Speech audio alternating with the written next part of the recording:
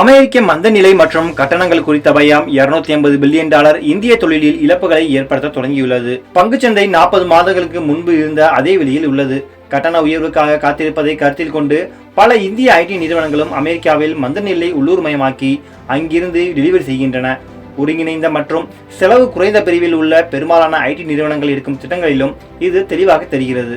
பங்குச்சந்தையில் தொடர்ந்து ஏற்படும் வீழ்ச்சியில் பின்னடைவு ஏற்படும் என்ற நம்பிக்கை உள்ளது. ஆனால் ஐடி துறையின் பங்குகள் தொடர்ந்து இழப்பை சந்தித்து வருகின்றன. அமெரிக்காவில் நிலவும் கொந்தளிப்பு இன்றைய ஐடி துறையில் நேரடி தாக்கத்தை ஏற்படுத்தி வருகிறது.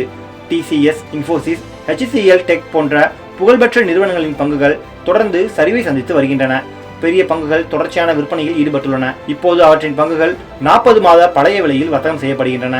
பல புகழ்பெற்ற ஐடி நிறுவனங்களின் பங்குகள் சாத்தியமான இழப்புகள் காரணமாக தொடர்ந்து சரிந்து வருகின்றன. அமெரிக்காவில் மந்தநிலை ஏற்படக்கூடும் என்ற அச்சமும் வெளிநாட்டு தயாரிப்புகள் மற்றும் சேவைகள் மீதான கட்டண கொள்கையும் இந்தியாவின் மிகப்பெரிய ஏற்றுமதியாளரான ஐடி துறையில் $280 பில்லியன் அதிகமான அவுட்சோர்சிங்கை கொண்ட பெரும் இழப்பை ஏற்படுத்தி வருகிறது. மேலும் இந்த இழப்புகள் மேலும் மேலும் அதிகரிக்கும் என்றும் அஞ்சப்படுகிறது. அமெரிக்க மந்தநிலை மற்றும் கட்டணங்கள் குறித்த பயம் இந்தியாவின் ஐடி துறைக்கு பெரும் இழப்புகளை ஏற்படுத்துவதற்கான எச்சரிக்கைகள் என்று நிபுணர்களும் தரகு நிறுவனங்களும் புதிய அறிக்கைகளில் கூறியுள்ளன. இந்திய மென்பொருள் சேவை ஏற்றுமதியாளர்களின் வருவாய் பங்கில் 50% அதிகமாக பங்களிக்கும் அமெரிக்க நிறுவனங்களால் செலவு அழுத்தங்கள் அதிகரிக்கக்கூடும் மற்றும் தொழில்நுட்பத்திற்கான விருப்பப்படி செலவினம் மீண்டும் கட்டுப்படுத்தப்படும். இந்த சூழலில் இடைக்கால அல்லது நீண்டகால திட்டங்களை உருவாக்குவதில் ஐடி வணிகங்கள் சவால்களை எதிர்கொள்ளும். மேலும் எச்சரிக்கையாக இருக்கும்.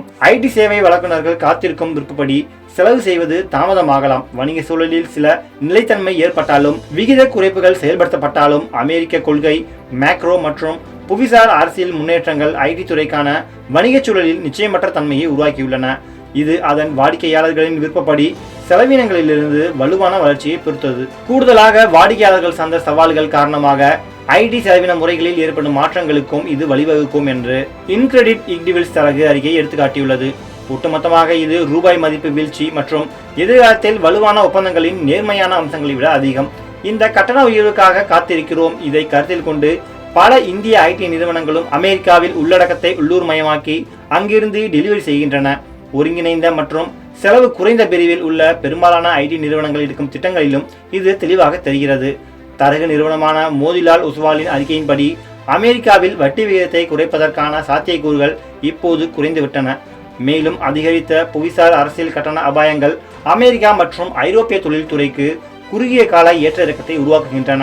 ஜென் AI ஏற்றுக்கொள்வது முன்னேறி வருவதாகவும் ஆனால் அது இன்னும் ஐடி சேவை வருவாயில் குறிப்பிடத்தக்க மாற்றத்தை கொண்டு வர முடியவில்லை என்றும் அறிக்கை கூறியுள்ளது.